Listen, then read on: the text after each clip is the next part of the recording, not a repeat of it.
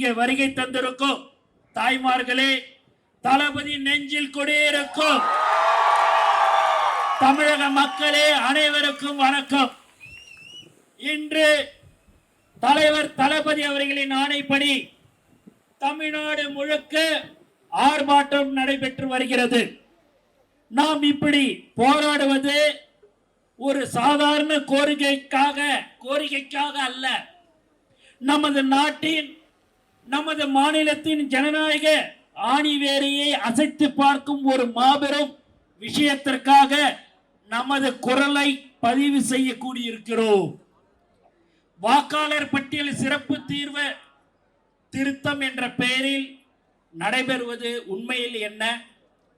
குறிப்பிட்ட பகுதிகளில் தங்களுக்கு வாக்களிக்க மாட்டார்கள் என்று ஆளும் தரப்பு கருத்தும் மக்களின் பெயர்களை எந்தவித முன்னறிவிப்புமின்றி கூட்டமாக நீக்கப்படுகின்றது என்று மக்கள் நம்மிடம் கூறுகிறார்கள். வீடு மாறி சென்று விட்டதாகவோ இறந்து விட்டதாகவோ போலி காரணங்கள் கூறி உயிருடன் இருக்கும் குடிமகனின் வாக்குரிமையை பறிப்பது அப்பட்டமான அதிகார துஷ்பிரயோகம். அதே சமயம் கள்ள ஓட்டுகளை போடுவதற்காக இல்லாத நபர்களின் பெயர்களும் ஒரே நபரின் பேரில் பல இடங்களில் சேர்க்கப்படுகின்றன என்றும் கூறுகிறார்கள். இது எதை காட்டுகிறது? நேர்மையான தேர்தலை நடத்த ஆட்சியாளர்களுக்கு விருப்பமில்லை. அதிகாரத்தின் துணையோடு குறுக்கு வழியில் வெல்ல துடிக்கிறார்கள் என்பதையே காட்டுகிறது. பழைய வாக்காளர்கள் முதல் புதிய வாக்காளர்கள் வரை பலருக்கும் இதனால் ஆபத்து ஏற்பட்டுள்ளது. படித்தவர்களுக்கே கடினமான இந்த செயல்பாட்டில் பாமர மக்கள் என்ன செய்வார்கள்? நாம் கேட்கும் கேள்விக்கு யாரிடம் முறையான தெளிவான பதில் இல்லை. சர்வர் பிரச்சனை என்கிறார்கள், தொழில்நுட்ப கோளாறு என்கிறார்கள். இது கோளாறு அல்ல, இது குளறுபடி, இது அலட்சியம் அல்ல, இது ஆளும் கட்சிக்கு சாதகமான அரசியல் சூழ்ச்சி. நண்பர்களே, சிந்தித்து பாருங்கள். நம் தலைவர் தளபதி சொன்னது போல ஒரு குடிமகனின் மிக முக்கியமான ஆயுதம் எது? வாக்கு செலுத்தும் உரிமை. 5 ஆண்டுகளுக்கு ஒரு முறை நாம் நம்முடைய தலைவிதியை தீர்மானிக்கும் அந்த ஒற்றை ஆயுதத்தை பறிப்பது நம்முடைய குரல் வலையை நெரிப்பதற்கு சமம். யாருக்கு வாக்களிக்க வேண்டும் என்பதை மக்கள் தீர்மானிக்க வேண்டும். ஆனால் இங்கு யார் வாக்களிக்க வேண்டும் என்பதை இந்த அதிகார வர்க்கமும் ஆளும் கட்சியும் தான் தீர்மானிக்கிறார்கள். இந்த மாபெரும் ஆர்ப்பாட்டத்தின் வாயிலாக நாங்கள் வைக்கும் கோரிக்கைகளை தெளிவானவை.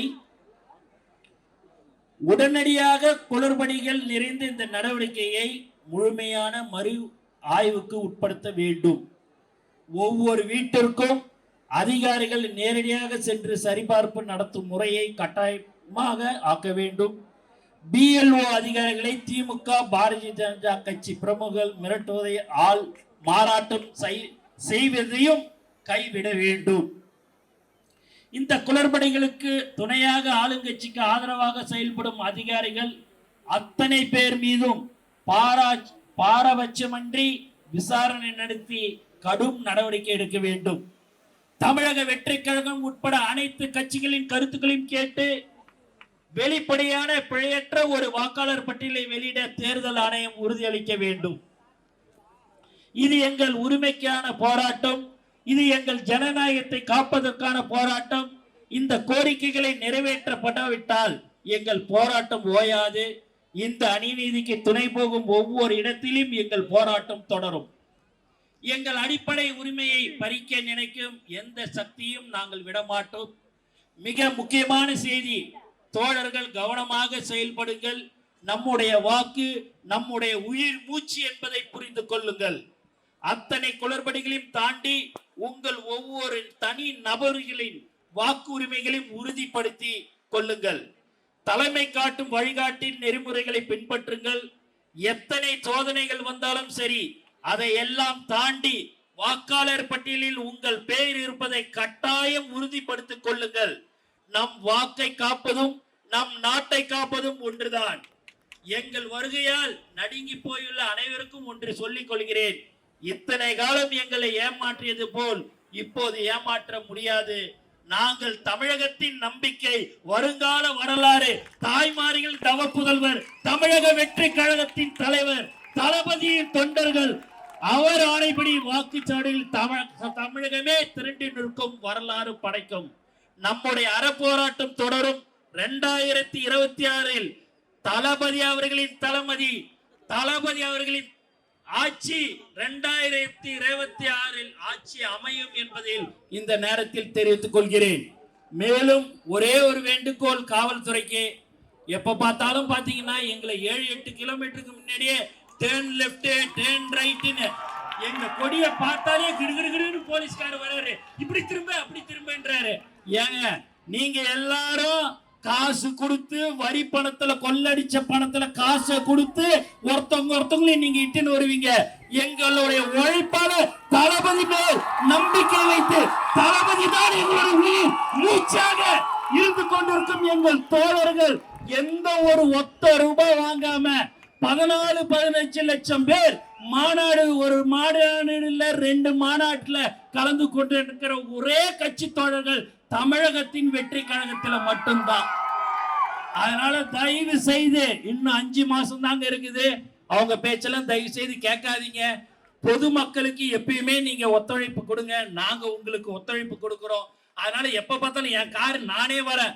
எங்க ஆளுங்கெல்லாம் மாவட்ட செயலாளர் சொன்னாங்க காலையிலே, எல்லாம் இந்த பக்கம் திருப்புறாங்கன்னா அந்த பக்கம் திருப்புறாங்கன்னாங்க. அப்படியான சரி என்ன சொல்றாங்களேன்ட்டு நான் 7-8 கிலோமீட்டருக்கு முன்னாடியே வரேன். நம்ம கொடியை பார்த்தவொடனே கிடுகிடுன்னு வந்து இந்த பெட்டை திரும்பிடுறாங்க. எந்த விதத்துல நாயா?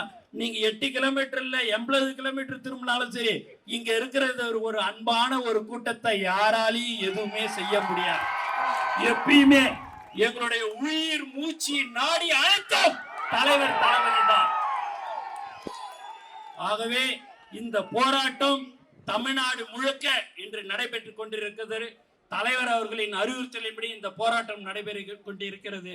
ஆகவே இங்கே வருகை தந்த அனைவர்களுக்கும் ஒரு கண்டன ஆர்ப்பாட்டம் நடத்துகிற திராணி இருக்கா உங்களுக்கு? இந்த எஸ்ஐஆரை வலுவோடு எதிர்க்கின்ற அல்லது உச்சநீதிமன்றத்துக்கு வழக்கு தொடுக்கின்ற ஒரு தைரியம் இருக்கின்றதா? தேர்தல் கமிஷன் தாங்க பிரதானம். அதற்காக எங்களுடைய வாக்குகளை பறிக்கின்ற உரிமையை தேர்தல் கமிஷன் யார் கொடுக்கிறது? வாக்காளர்களுடைய அடிப்படை உரிமை தேர்தல் கமிஷன். அந்த உரிமையை காக்கக்கூடியது தேர்தல் கமிஷன். எஸ்ஐஆர் என சொல்லப்படுகின்றது சிறப்பு வாக்காளர் திருத்தம் எங்களுக்கு தேவையில்லைங்க. எங்கள் தளபதி அவர்கள் நேற்று பார்த்திருப்பீங்க, மீடியாக்களிலும் ஆடியோக்களிலும் ஒரு சிறப்பான சொற்பொழிவை குறைந்தபட்சம் 7 நிமிடம் தளபதி அவர்கள் உரையாற்றினார்கள். அதை கண்டிருக்கின்ற அனைவருக்குமே